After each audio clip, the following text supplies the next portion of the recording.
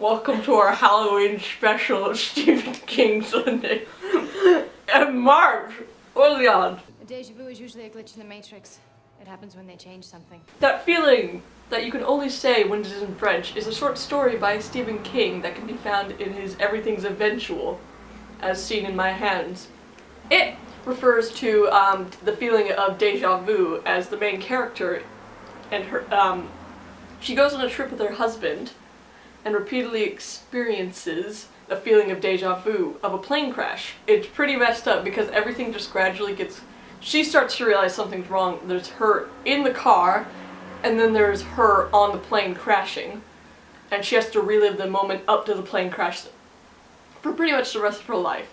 Stephen King described it as his version of a purgatory story, but he was trying to figure out what would like a mediocre hell look like.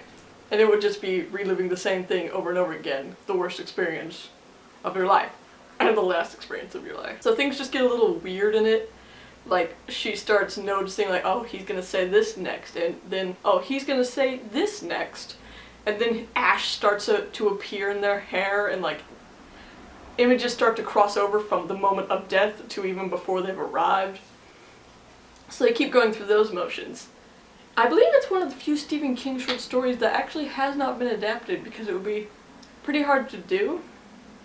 Well, it might not actually be that hard to do. As we know, Before I Fall is coming out soon, and that is a Groundhog Day event. It would be hard to make it creepy rather than Groundhog Day, since we have such strong views of already that. It's a short story that's not really horror. There is a mild element of comedy to it. Even in the title it's called That Feeling That You Can Only Say Which in French. But it's just deja vu. But he didn't want to call it that, because he wanted to make it sound from the mind of someone less intelligent.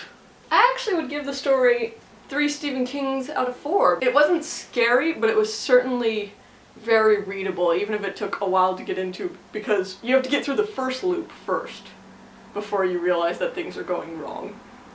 And so once she realizes that things are wrong, it starts to get a little creepy.